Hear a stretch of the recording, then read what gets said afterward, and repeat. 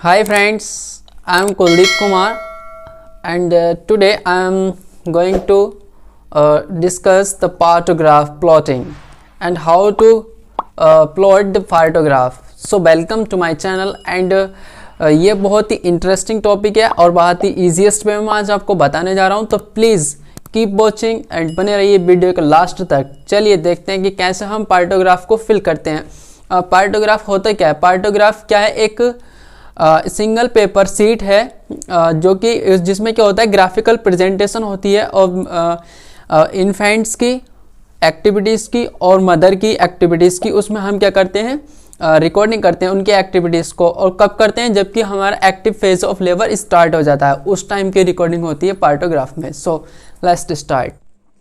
ऊपर ये क्या दे रखा है, नेम, जो भी पेशेंट या लेडी है उसका नाम लिखना है। ग्रेविडा, कौन सी ग्रेविडा है, पैरा या मल्टी, ये जो भी है, ये प्राइमरी ग्रेविडा जो भी है या मल्टी ग्रेविडा जो भी है। और हॉस्पिटल नंबर, जो हॉस्पिटल का एक अपना खुद का नंबर होता है हर हॉस्पिटल का, वो इसमें फिल हो जाएगा। उसके बाद है इधर date of admission, time of admission and ruptured membranes and hours. अगर रप्चर्ड मेम्ब्रेन है तो वो लिखना है इसमें, अगर कितने घंटे से वो इसमें लिखना है। और देख लीजिए फिर इसका जो पहला कंपोनेंट है फीटल हार्ट रेट का, इसमें पार्टोग्राफ में जो पहला कॉलम है वो है फीटल हार्ट रेट का। इसमें हमें कुछ नहीं करना होता। फॉर एग्जांपल मान लीजिए कि अगर फीटल हार्ट रेट 120 है, अगर फीटल हार्ट रेट 120 है तो हमें उसको यहाँ पर इस टाइप से नोट कर देना। और अगर उसके 1 घंटे बाद अगर फीटल हार्ट रेट 130 है तब ऊपर जाकर डिनोट कर देना। अगर उसकी 1 घंटे बाद फीटल हार्ट रेट 130 है फिर भी सेम की सेम, फिर हमें सामने ले जाना है लाइन को। फिर कम हो रही है तो नीचे ला जाना है 1 घंटे बाद। अगर उसके बाद फिर से ये ऊपर जा रही है फिर इस टाइप से डिनोट करना, फिर ऊपर जा रही है मतलब अब 140 हो गई तब यहाँ आना है। इस टाइप से हम इसकी फीटल हार्ट रेट को फिल कर सकते हैं पार्टोग्राफ में बेबी की। अब आ जाते हैं नेक्स्ट कंपोनेंट पर। नेक्स्ट कंपोनेंट क्या है फीटल हार्ट रेट इसमें पार्टोग्राफ में? वो है आपका amniotic fluid and moulding. Amniotic fluid में हमें कुछ नहीं देखना होता, उसमें देखना होता है कि जो जो एमनियोटिक सैक है क्या वो इंटैक्ट है या रप्चर्ड है, उसका जो एमनियोटिक है फ्लूइड है वो क्लियर है या ब्लडी है या मिकोनियम है उसमें।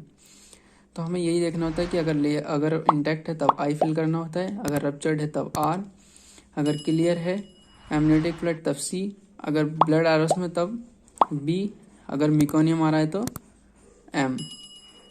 अगला पॉइंट है मोल्डिंग। मोल्डिंग में क्या होता है? मोल्डिंग में जब जो बेबी की स्कल होती है उसकी जो बोन्स होती हैं उनके बीच में एक गैप रहता है जिसको हम सूचर्स बोलते हैं। अगर वो सूचर्स उसमें प्रेजेंट हैं, मतलब बोन्स एक दूसरे में टच नहीं हैं, तब हम उसको यहाँ पर फिल करना होता है 0। अगर बोन्स आपस में टच हो गए लेकिन एक दूसरे के ऊपर ओवरलैप नहीं किए हैं तब उस कंडीशन में हमें देना होता है प्लस। अगर बोन थोड़े बहुत एक दूसरे पे ओवरलैप हो चुके हैं और मतलब किसी भी इंटरवेंशन के थ्रू हम उनको ओवरलैपिंग को कम कर सकते हैं, उनको हटा सकते हैं, सेपरेट कर सकते हैं, तब हमें देना होता है उस कंडीशन में plus plus.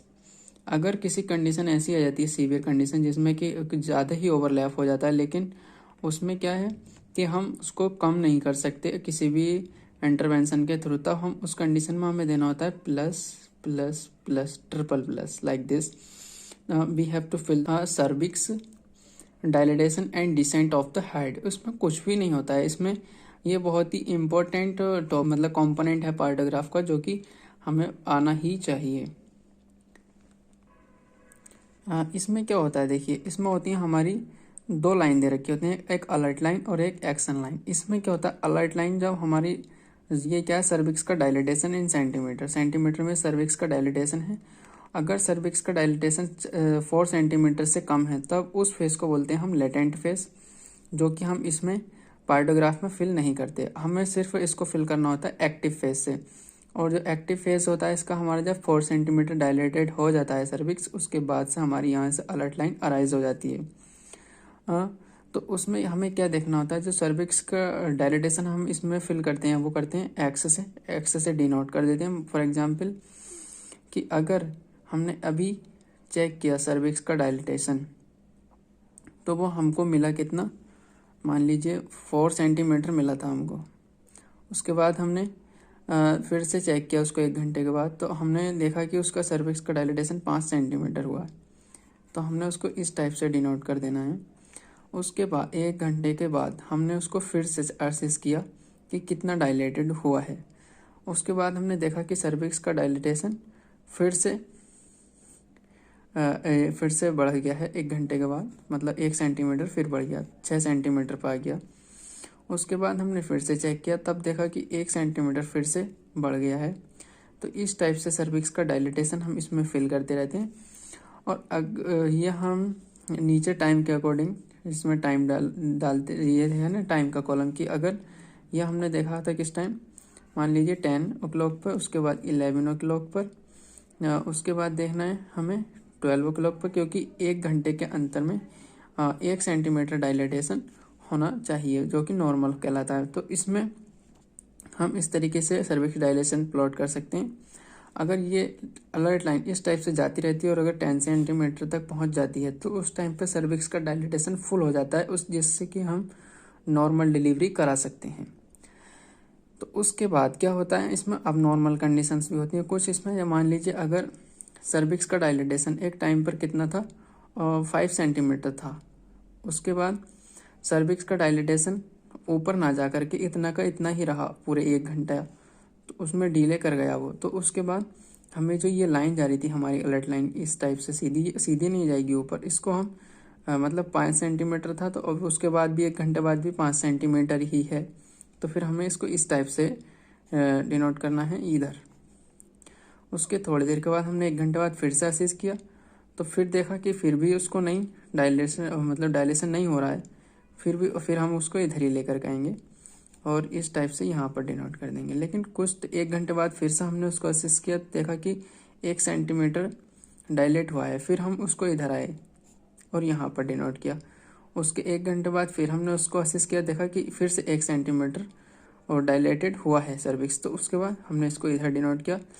After some time अगर वो नहीं डायलेट होता है, फिर मान लीजिए 6 सेंटीमीटर रह गया डायलेशन के टाइम, डायलेशन उसका सर्विक्स का, तो अगर ये इस टाइप से इधर को आता है, तो हमारी ये लाइन इस टाइप से अगर आ जाती है, ये अलर्ट लाइन अगर इस टाइप से ना जाने के बजाय सर्विक्स मतलब डायलेशन की तरफ ना जाने के बजाय इस टाइप से अगर इससे एक्शन लाइन से अगर कांटेक्ट कर जाती है, टच कर जाती है, तो ये होता है हमारा एक्शन लाइन को टच कर जाना है। इसका मतलब होता है कि हमें इमीडिएट कोई ना कोई एक्शन वहाँ पर लेना है। लाइक नॉर्मल डिलीवरी वहाँ पर नहीं हो सकती, क्योंकि नॉर्मल डिलीवरी के लिए सर्विक्स का डायलेटेशन 10 सेंटीमीटर होना ज़रूरी है। इसलिए हम यहाँ पर या तो सिजेरियन सेक्शन के लिए जा सकते हैं एक्शन लेने के लिए, या फिर कोई भी अप्रोप्रिएट एक्शन वहाँ पर जो भी डॉक्टर्स सजेस्ट करता है वो हम वहाँ पर ले सकते हैं। उसके बाद आता है इसमें डिसेंट ऑफ द उसके बाद आता है हमारा इसमें डिसेंट ऑफ द हेड। इसमें क्या करना होता है, हमें प्लॉट करना होता है 0 से। मान लीजिए अगर सर्विक्स का डायलेटेशन था हमारा कितना, अगर वो ये हमारे स्टेशंस हैं, 0 स्टेशन, -1 स्टेशन, +1 स्टेशन। अगर वो 0 से नीचे आता है स्टेली स्पाइन से, तब हम देते हैं उसे +1 स्टेशन, वो होता है हमारा पेक्टिनियल लाइन। अगर पेक्टिनियल लाइन से नीचे आ जाता है प्यूबिक एमिनेंस पर, तब हम उसको देते हैं +2 स्टेशन। इस तरीके से अगर सर्विक्स का डायलिटेशन मान लीजिए 3 सेंटीमीटर हुआ है, तो हम उसको यहाँ पर इस तरीके से डिनोट करेंगे। और जब तक सर्विक्स का डायलिटेशन नहीं होगा तो बेबी का हेड भी डिसेंट नहीं होगा। तो हेड डिसेंट होने के लिए एटलीस्ट 4 सेंटीमीटर डायलिटेशन चाहिए। तो अभी डिसेंट नहीं हुआ है ना, क्योंकि 3 सेंटीमीटर, तो इसका हेड कहाँ होगा, मतलब कि -1 पर होगा, इलियोप्यूबिक एमिनेंस पे, 6 पे इधर। तो हम इसको यहाँ पर इस टाइप से डिनोट कर देंगे हेड को। अगर सर्विक्स का डायलिटेशन इंक्रीज होता है इधर, तो उसका हेड भी डिसेंट होगा। उसको हम फिर डिनोट करेंगे इधर सर्कल से, ये नॉट से।